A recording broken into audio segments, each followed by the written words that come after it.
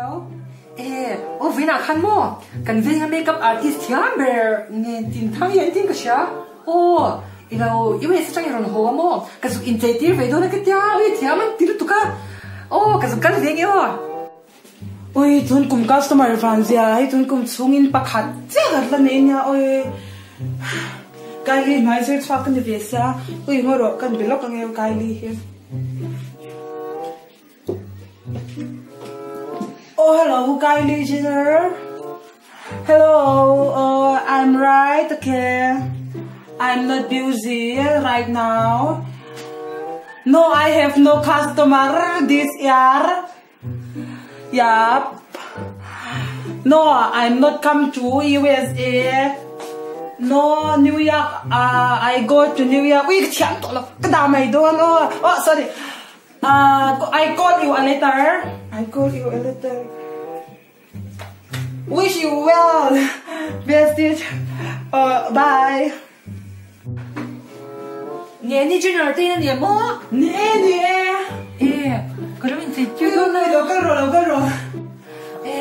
Bây giờ. Nó chưa rồi tao khăn. Ơi, cùng đi chung gần customer mò. Đi đâu vậy? Tôi cùng bài hàng nên mò. Customer thì tao special discount cần quạt xe mò. Cần discount cho tôi cùng chung anh đi khát vui đi về thì lâu cần cho nên thốn về thì cần lâu chơi sẽ cần đi chú. Bắt đầu có gì mình chơi càng mấy mà xem mò anh tiền mẹ na gì đâu thì hiện nay shit ham em. Luôn chú kia na rồi cả là ngay lâu phút à. Cho anh đi cút khát đã thật cái bia. Giờ tôi bin thì lại cho cần chút na chân chú New York về có bùi sâu về lại cho anh tê Georgia na về cần chơi na cho anh thì khá giống điều nên chúng mình mình sẽ cho cần chiên là ba cần chút đạn nuôi đạn nuôi cần chuyện là có số vàng chọn muốn giàu mà chọn chút giàu át tuổi đấy thì khá nào chú là email em cả đi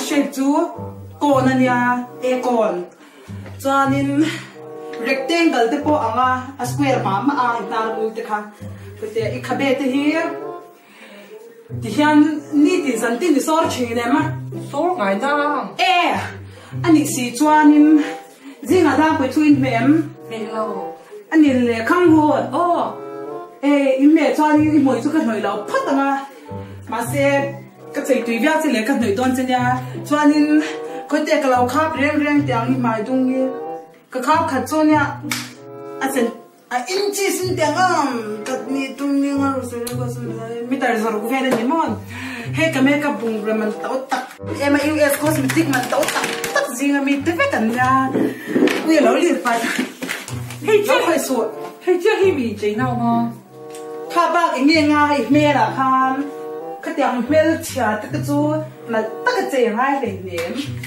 lẽ tôi mà cho nên im mùi cho anh vẫn cần chân tôi nè im mùi he ban dẹp ruột lục tục anh đi em là lẹ ra chú vàng cho nên cầm mùi em cầm mùi he cầm mùi anh nha nên cầm nồi to nên đi asan chú cái lin cầm bị chơi tê bèn thì là cái thuần chuyển này US tên novelty sang tất cả tên đã chuyển ta thì chú mà xem im mùi anh mùi cho nên anh ngay thì là bằng anh thì thầy là chú vàng cho nên im mùi kha cắn mà mộ đầu cắn lệ băng thay cần thà cắn mùi bọt cắn đắng lẽ sản xuất đi cắn tí bà tôn thì chú sẽ theo em đủ lâu